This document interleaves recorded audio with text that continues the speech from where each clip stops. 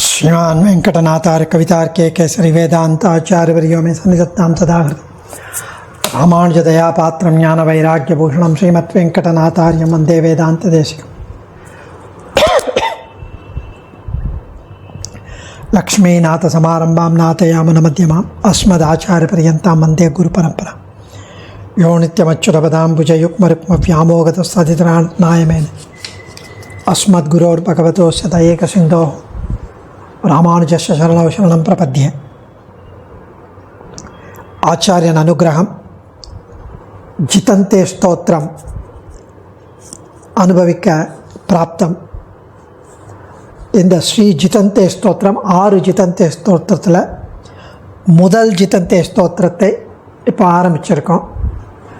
நேற்றைய தினம் முதல் ஸ்லோகத்தின் முதல் பதம், முதல் ஸ்லோகம் ஜிதந்தே புண்டரீகாட்ச நமஸ்தே விஸ்வபாவனா நமஸ்தேஸ்து ரிஷிகேஷ மகாபுருஷ பூர்வஜ என்ற முதல் ஸ்லோகத்தில் ஜிதந்தே, அதாவது இந்த சேத்தனனை விசேஷ கட்டாட்சம் பண்ணி அருளின சர்வேஸ்வரன் பெருமாள் அவருடைய ஆச்சரியமான திவ்யமங்கள திருமேனியை, அழகை நமக்கு காண்பித்து நம்மை ஜெயித்தார்.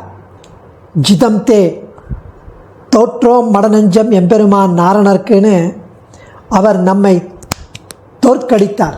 அவருடைய திருமேனி அழகை காண்பித்து சர்வசக்தியான உம்முடைய சத்திய சங்கல்பத்தை விஷய சபலன், விஷயத்திலேயே அதாவது புலன் விஷயங்களில், ஐம்புலன் விஷயங்களில் ஆசைப்பட்டு சபலமுடைய என்னால் தேவரீருடைய சங்கல்பத்தை அழிக்க முடியுமோ? தேவரீர் வென்றுவிட்டீர். ஜிதந்தே என்றார். அடுத்த பதம் புண்டரீகாட்சா. புண்டரீகாட்சான தாமரை கண்ணா, அநாதிகாலமாய் நாம் பல ஜன்மங்கள் எடுத்து மில்லியன்ஸ் ஆஃப் பர்த் எடுத்து நாம் உம்மை துவம்மே என்று தொடர்ந்து பிடித்தாலும், பெருமாள் சொல்கிறார், உம்மை துவம்மே, நீ என்னை சேர்ந்தவன் என்று பிடித்தாலும் நீர் அகம்மே, இல்லை நான் என்னைத்தான் சேர்ந்தவன், உம்மை சேர்ந்தவன் இல்லை என்று எதிரம்பு கோத்து நம்மை ஜெயித்து நம்மை அநாதரித்து நம்மை விட்டு புறம்பே போன நீர் வேண்டாம் என்று சொல்லி நீர் போனீர். இப்போது தோல்வி அடைந்தது எதனால் அப்படின்னு கேட்குறாராம் பெருமாள். அதற்கு சொல்கிறார், இந்த கண்ணழகை கண்டு தோல்வி அடைந்தேன் புண்டரீகாட்சா என்று. ஜிதந்தேன்னு சொன்ன எப்படி இவ்வளவு ஜென்மங்களாக தோற்காமல் இப்போ மாத்திரம் ஏன் தோற்றினா, அந்த கண் அழகை பாருங்கள். கரியவாகி புடை பறந்து மிளிர்ந்து செவ்வரியோடிய நீண்ட அந்த பெரியவாய கண்கள் எம்மை பேதமை செய்தனவேன்னு திருப்பானாழ்வார் தெரிவித்தபடி ஏழையர் ஆவி உண்ணும் இந்த அழகிய திருக்கண்களாகிற பிரம்மாஸ்திரங்களை உடைய உமக்கு ஜெயிக்க முடியாதது உண்டோ என்கிறார். கஸ்ரீஸ்ரீய பரமசத்வ சமாஸ்ரயக்கா கப்புண்டரீக நயன புருஷோத்தமக்கா. புண்டரீக செந்தாமரை கண்ணன் யார்? சுத்த சத்துவ குணமயமான திருமேனி முதலியவனுக்கு இருப்பிடமானவன் யார்? திருவுக்கும் திருவாகிய செல்வன் யார்னு ஆள வந்தார். ஸ்தோத்திர அர்த்தத்தை தெரிவிக்கிறார். புண்டரீக நயனன் புருஷசுக்தத்தில் கூறியபடி ஆதித்ய வர்ணன் என்றபடியால் அந்தராதித்ய வித்தையில் சாந்தோக்கிய உபனிஷத்தில் சூரிய மண்டலத்தின் நடுவில் வீற்றிருக்கும் எம்பெருமானை புண்டரீகாட்சனாக கூறுகிறார். செந்தாமரையை போன்ற 2 திருக்கண்களை உடையவன்.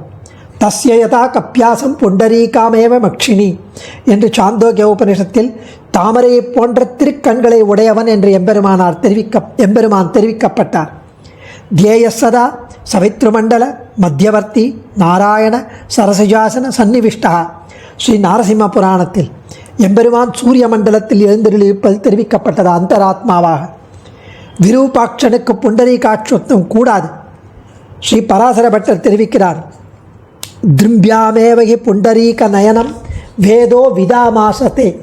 ஸ்ரீ குணரத்ன கோஷத்தில் 40வது ஸ்லோகத்தில் அது எம்பெருமானுக்கே தகும் தாமரை கண்ணன். தாமரை கண்ணான் உலகுன்னு வள்ளுவர் எடுக்கிறார் திருக்குறள். எம்பெருமான் ஸ்ரீ ரங்கநாதன் ஸ்ரீ பராசர பட்டருடன் மோகினி அவதாரம் எடுத்து பேசினாராம். அந்த அப்பவும் தாமரை கண்ணன் புண்டரீகாட்சம் ஏவமக்ஷினின்னு வேதம் பரமாத்மாவை நிர்தாரணம் செய்ய அடையாளம் காட்டுகிறது. தேவரீர் பரமாத்மா தான், தேவரீர் திருக்கண்களே தெரிகிறது என்று பட்டர் தெரிவித்தாராம். ஸ்ரீ புண்டரீகாட்சன் என்பதற்கு ஸ்ரீ பகவத்குண தர்ப்பணத்தில் பட்டர் இன்னொரு பொருளும் தெரிவிக்கிறார். நித்திய விபூதியான ஸ்ரீவைகுண்டத்திற்கும் புண்டரீகம் என்று பெயர். அங்குள்ளோருக்கு கண்ணை அங்கு உள்ளவருக்கு கண்ணை போன்றவர் பெருமாள் அப்படின்னு புண்டரீகாட்சன் என்பது பட்டருடைய ஸ்ரீபாஷ்யம். அந்த பராசர பட்டருடைய அந்த பகவத்குண தர்ப்பண சகஸ்நாம பாஷ்யம். இப்படி புண்டரீகாட்சன் என்றால் இவன் ஒருவனே, அனுக்கிரகம் செய்வதிலேயே நோக்குள்ளவன் இவன். அரோஷனாம் ஹ்யசௌ தேவகா சாந்தி பருவ மகாபாரதத்தில் தெரிவித்தபடி உபரிச்சரவசு உபாக்கியானத்தில் எம்பெருமான் என்றும் எதற்கும் யாரிடமும் கோபம் கொள்ளாதவன். உபரிச்சரவசு உபாக்கியானத்தில் என்றும் எதற்கும் யாரிடமும் கோபம் கொள்ளாதவன். எம்பெருமானுக்கு போட்டியாக இந்த உலகில் எண்ணப்படும் மற்றைய இரு தேவர்களுக்கும் பரிபூர்ணத்துவம் இல்லை. எம்பெருமானை இருவரும் தியானித்து வரும் சாதகன். அந்த 2 பேரும் எம்பெருமானை தியானித்து வருகிறார்கள். அவர்கள் கண்கள் தாறுமாறாக இருக்கின்றன வேதாந்த தேசிகனை தெரிவிக்கிறார். புருஷோத்தமன் அவன், புண்டரீகாட்சன் அவன். இப்படி இந்த திரு கண்களின் அழகுதானே நம்மை தோற்கடிக்கிறது.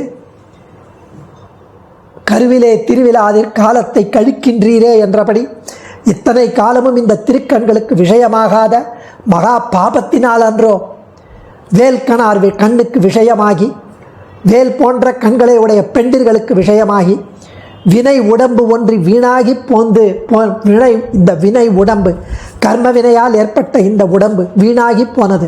இத்தனை வருஷங்கள், இத்தனை ஜன்மங்கள். அப்படி ஜாயமானாங்கி புருஷம் என்றபடி பிறவி பிணியை மூப்பு இறப்பு இவற்றை அறுக்கும் புண்டரீகாட்சன். அவனுடைய கட்டாட்சம் இருந்தால் போரும் பிறக்கும் பொழுது. ரஜஸ்தமோ அந்தகாரத்தில் மீதி பேருடைய கடாட்சம் வந்தால் ரஜஸ்தமோ அந்தகாரத்தில் அகப்படுவோம். இப்படி புண்டரீகாட்ச வீட்சணத்திற்கு விஷயமானபடியை பாக்ய விசேஷமாக அனுசந்திக்க வேண்டும். இது தேவதாந்திர வைலட்சண்யத்துக்கும் தெரிவிக்கிறது. தேவதாந்திரத்தை விட்டு இவன் தேவாதி தேவன் என்று வியக்தமாகிறது புண்டரீகாட்சன். ஆனாலும் பெருமாள் கேட்கலாம், சரி ஐஸ்வர்யங்களை கேட்கலாமே, எம்முடைய கட்டாட்சத்திற்கு விஷயமாக இருந்தும் எம்மிடம் ஐஸ்வர்யத்தை கேட்கலாமே என்றால் அவர் தெரிவிக்கிறார், ஒழிவில் காலமெல்லாம் உடனாய் மன்னி வழுவிலா அடிமை செய்ய வேண்டும். அதற்குத்தானே அடியேன் ஆசைப்படுகிறேன்.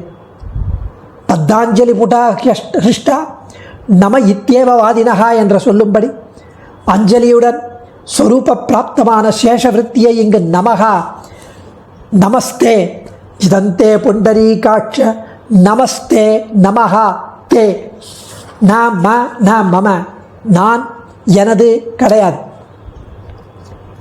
நீர் நுமது என்று இவை வேர் முதல் மாய்த்துங்கிறார் நம்மாழ்வார். இதனால் அந்த அனுகூல உபதேசத்தை ஆதரித்து வணங்கி வழிபட்டு வாழ்ந்திடாமல் நான் நமேயம் து கஞ்சனா என்று சொல்லிப்போன சர்வேஸ்வரனை சாட்சாத்கரித்து சர்வேஸ்வரனையே பார்த்து அவன் கண்ணழகில் அடிபட்டு பிறகு மோட்சத்தை கேட்காமல் ஒரு ராஜா கிட்ட போய் 1 கிலோ வெஜிடபிள் கேட்குற மாதிரினா இருக்குது. ஐஸ்வர்யத்தை கேட்டால், உமி மூட்டையை கேட்டால், அப்படிப்பட்ட அபாகியசாலியா நான் அத்திய அல்பமான ஐஸ்வர்யத்தை கேட்டு மதி கெட்டவனாவேனா என்று நிர்வேதம் கொள்ள வேண்டும். ஸோ இந்த ஸ்வயம் பிரயோஜன கைங்கரியத்தை பிரார்த்திக்க வேண்டும். அதனால்தான் நமஸ்தே என்கிறார். ஆறாமுதே அப்படின்னு அனுபவித்து சொன்ன அந்த க்ஷணமே அடியேன் என்று சொல்லும்படியாக இருக்கிறது அந்த அமுதம். அந்த அமுதம் ஆறா அமுதமாக இருக்கும் பொழுது அந்த ஆறா அமுதத்தை கண்டு கேட்டு கழித்த பிறகு அடியேன் என்று தான் சொல்ல வேண்டும். ஆறா அமுதேன்னு சொல்லிட்டு எனக்கு 1 கிலோ வெஜிடபிள் கொடுன்னு பிரார்த்திக்க முடியுமா? இந்த வித்தியாசம் அறியாதவர்கள் தான் சம்சார சாகரத்தில் மூழ்குவார்கள். ஆறாமுதே அடியேன் என்று சொல்லும்படி என்றோ இந்த அமுதத்தின் இனிமை. இப்படி இந்த உபகாரத்தால் தேவருடைய திருக்கண் கட்டாட்சத்தால் மெய்மறந்து திருவடிக்கு திருமேனியை பிரத்யுபகாரமாக கொடுத்தது போல இந்த நல் உதவிக்கு கைமாறாக நமகா எனது ஆவி தந்தொழிந்தேன் என்கிறான் ஜீவாத்மா. அந்த நமசப்தம் சரணாகதி வாசியாக சுப்பிரசித்தம். நமசப்தம் சரணாகதி. இந்த திருக்கண் அழகை கண்டு தோற்று திருவடியின் கீழே விழுந்ததன் பலன் அகங்கார மமகாரங்கள் ஆற்று ஆத்ம ஞானம் பிறந்து ஸ்வரூப அனுரூபமான புருஷார்த்தத்தில் கைக்கரிய ருச்சியில் ஆசை உண்டு.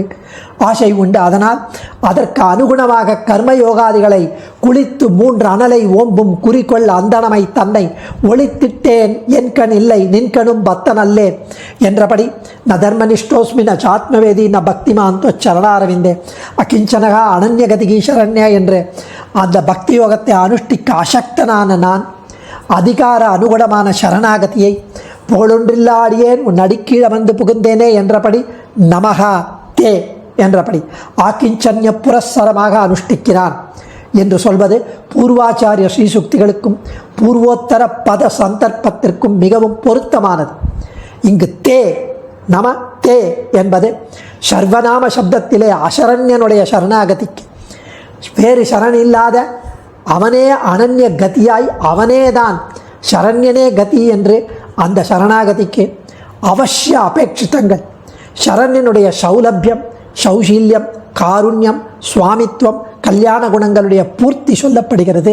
தே உம்முடைய தே மாறி மாறி பல பிறப்பும் பிறந்து பழுதே போன பல பகலும் பிறவி நோய்க்கு மருந்தறியாமல் பிரம்ம ருத்ராதிகளான திருவில்லா தேவர்களுடைய வாசல் தோறும் போய் பிச்சை எடுத்து பல ஜன்மங்கள் நுழைந்து திரிந்து நோவுபட்ட யான் அந்த துயரமெல்லாம் தீர அந்த தேவர்களுக்கும் தேவரான தேவாதி தேவனான உன் தேனே மலரும் திருப்பாதம் சேர்ந்தேன் என்று சந்தோஷிக்கிறானா. அதனால தே என்கிறான். உமது துயரம் தீர வேண்டுமானால் நாம் அதற்கு எதற்காக இருப்போம்? உமது துயரம் தீர வேண்டுமானால் நாம் அதற்கு என்ன பண்ணுவோம் என்று சொல்வதற்கு விஸ்வபாவனா என்கிறார். பிரளய காலத்தில் உருமாய்ந்து கிடந்த இந்த உலகத்தை படைத்தது நீர்தானே. ஒன்றும் தேவும் உலகும் உயிரும் மற்றும் யாதுமில்லா அன்று நான்முகன் தன்னோடு தேவருலகோடு உயிர் படைத்தான். குன்றம் போல் மணிமாட நீடு திருக்குருகூர் அதனுள் நின்று ஆதிப்பிரான் நிற்க மற்றைய தெய்வம் நாடுதிரே என்கிறார் நம்மாழ்வார். பிரம்மன் சம்பு சூரியன் சந்திரன் இந்திரன் முதலான தேவர்கள் ஸ்ரீ விஷ்ணுவின் தேஜஸ் கூடினபடியால் ஒளிருபவர்கள். அதனால்தான் அவர்கள் ஒளிர்கிறார்கள். உலகத்தின் படைப்பு அழிப்பு முதலான செயல்கள் முடிந்ததும் அவர்கள் ஒளியை இழக்கின்றனர். ஒளி இழந்து அவர்கள் இறந்து விடுகின்றனர். அவர்களுடைய ஜீவாத்மா வேறு சரீரம் எடுக்கிறது. இப்படி மகாபாரதம் விஷ்ணு புராணம் முதலியவற்றில் வசனங்கள் உண்டு. விஷ்ணு தர்மமும் இது தெரிவிக்கிறது. ஒழுக்கத்தின் மூலமாகவே அறம் பேணப்படும். ஆச்சார பிரபுவோ தர்மோ தர்மஸ்ய பிரபு அச்சுதா. இந்த தர்மம் இதனை அடிப்படையாக கொண்டு ஈட்டும் பொருள், அத்தகைய நீதி வழிவாத பொருள், தர்மத்துக்கு மாறுபடாத இன்பம், இதை நுகரும் ஒரு ஜீவன், இதை அனுபவிக்கும் ஒரு ஜீவன் இங்கு இருக்கும் காலத்தில் ஆனபடியே சிருஷ்டி என்று கூறுகிறார். காக்கும் கடவுள் அவன்தான். இவரை தவிர மற்றையோருக்கு காக்கும் திறன் இல்லை. பன்றியின் பின்னால் 10 நாயின் பின்னால் 4 பெற்று தள்ளிவிடலாம். ஆனால் அவர்களால் காக்க முடியாது. வெகுண்டெழுந்து ஒரு நொடியில் நல்ல தங்கால் கதையில் வருவதைப் போல யாவரையும் கொன்றுவிட முடியும். ஆனால் காக்க முடியாது. அவன் ஒருவன்தான் காப்பான். அதனால்தான் விஸ்வபாவனா. இந்த பிரளய காலத்தில் உருமாய்ந்து கிடந்த இந்த உலகத்தை படைத்தது நீர்தானே. ஆனந்தோ பிரம்மா என்று அந்நலனுடைய ஒருவன் என்பது நீர்தானே. உயர்வர உயர்நலம் உடையவன் நீர்தானே. ஆனந்த ரூபியாய் ஆனந்த பரிபூர்ணனான உம்மை அந்தமில் பேரின்பத்த அடியரான நித்தியசூரிகள் முக்தாத்மாக்கள் அனுபவித்து ஆனந்திப்பது போல நிறையொன்றும் இல்லாத நீஷரான சர்வ சம்சாரிகளும் அனுபவிக்க வேண்டும் என்ற திருவுள்ளத்தால் தானே தேவர் அன்று இவ்வுலகத்தை ஆக்கி அருளியது. விஸ்வபாவனா தேவரீர் தானே. மான் பிடிக்குபவன் வனமெங்கும் காடெங்கும் வலை வீசுபவன். அதுபோல அடியேன் ஒருவன் ஜீவிக்க வேண்டும், அடியேன் ஒருவனை காப்பாற்ற வேண்டும் என்றுதானே நீர் முன்னீர் ஞாலம் முழுவதும் படைத்து அருளினது. ஆனாலும் அடியேன் உம்மை மறந்து போய் அடியேன் உம்மை மறந்து போய் இப்பொழுது ஏன் என்ன பலன் கேட்கிறீர் என்று கேட்கிறாராம் பெருமான்.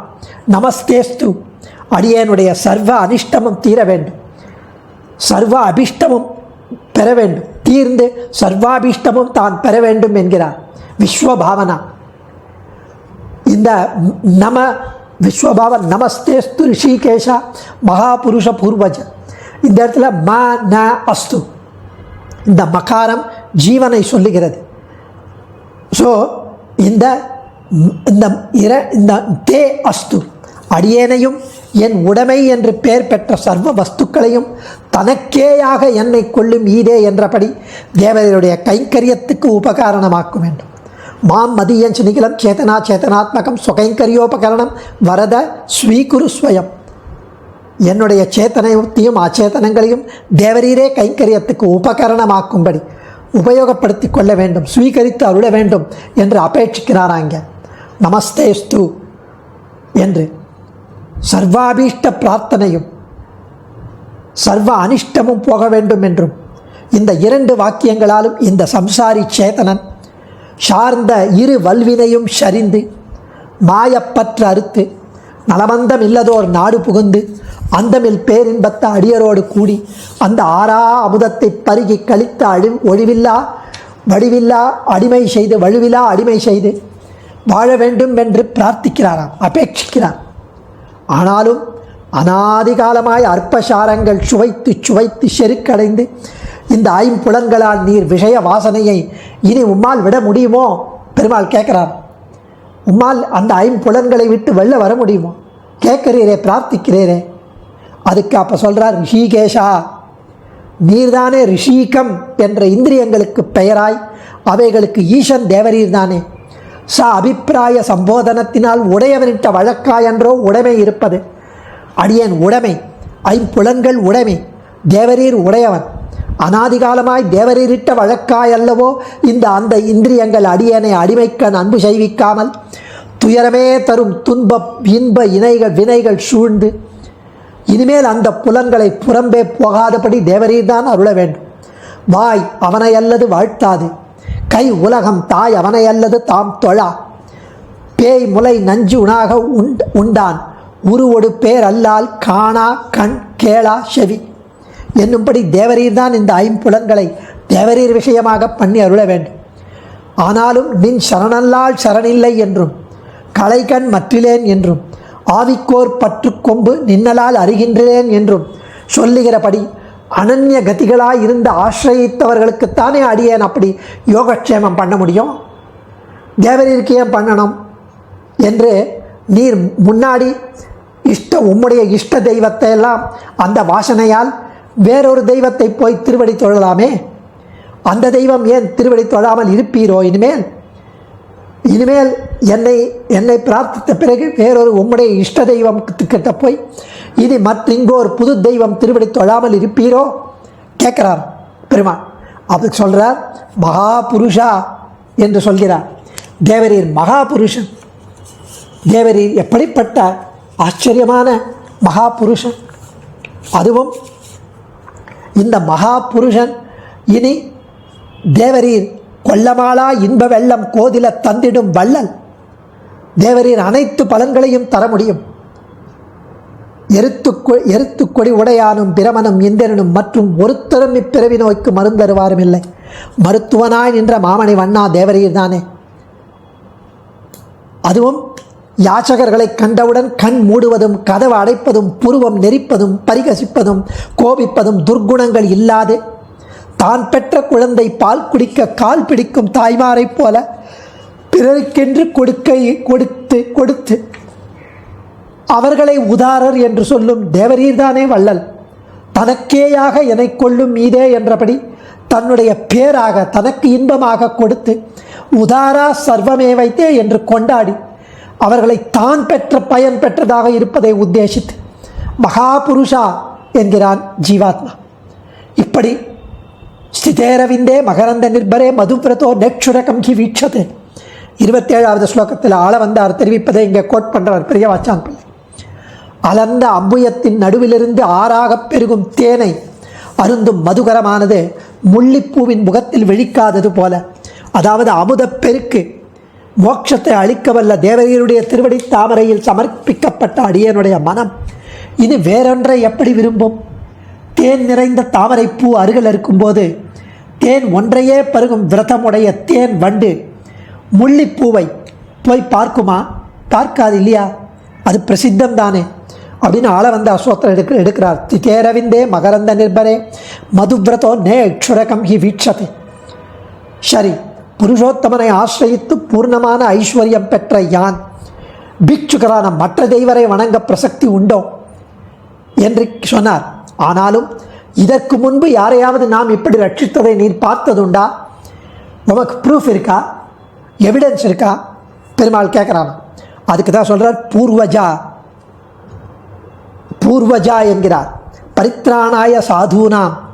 ஸ்ரீ கீதையில் சாதுக்களை ரட்சிப்பதற்காகவே கால நியமம் இல்லாமல் நினைத்த போதெல்லாம் அவதரித்து மாறி மாறி பல பிறப்பும் பிறந்து மனுஷர்க்காக படாதனப்பட்டு நாட்டில் பிறந்து படாதனப்பட்டு புல்லெரும்பாதிகளை நற்பாலுக்கு உய்த்தனல்ல எல்லாம் பொய்யோ? இருகை விட்டேனோ திரௌபதியை போலேன்னு திரௌபதிக்கு அப்படி வஸ்திரம் கொடுத்து உத்தாரணம் பண்ணினேன், அதெல்லாம் பொய்யோ? எத்தனை விபீஷண சரணாகதி, எத்தனை விஷயங்கள் அடியேன் கேள்விப்பட்டிருக்கிறேன். அன்றைக்கே முன்னமே கண் விழித்து பாலமுது கை கொண்டு கண்ணுறங்கும் குழந்தையினிடம் காத்திருக்கும் தாய் போல, அதாவது பால் சாப்பிட்டு குழந்தை தூங்கிறது, அதுக்கு பசி வந்திருக்குமே தூங்கிறதே அப்படின்னு அப்படியே காத்துருப்பானான் தாய். அதுபோல் அடியோங்கள் உஜ்ஜீவனத்திற்கு வேண்டிய வஸ்துக்களை எல்லாம் சிருஷ்டித்து எடுத்துக்கொண்டு இங்கு வந்து அவனுக்கு வேண்டிய வஸ்துக்கள்லாம் சிருஷ்டிச்சாச்சு. இவன் நம்மை இன்னும் அபேட்சிப்பது என்னாலோ என்று எனக்காக பார்க்கடலில் காத்திருப்பவனே என்று ஈஸ்வரனுடைய கருண அமிர்தத்தை அனுபவித்து ஆனந்திக்கிறானா இந்த இடத்துல பூர்வஜா என்று சொல்லி. சிதந்தே புண்டரீகாட்ச நமஸ்தே விஸ்வபாவனா நமஸ்தேஸ்து ரிஷிகேஷ மகாபுருஷ பூர்வஜ. அடியேன் தன்யோஸ்மி. ஆச்சாரியன் திருவடிகளே சரணம். கவிதார்க்கிக சிம்ஹாய கல்யாண குணசாலினி ஸ்ரீமதே வெங்கடேஷாய வேதாந்த குரவே நமः.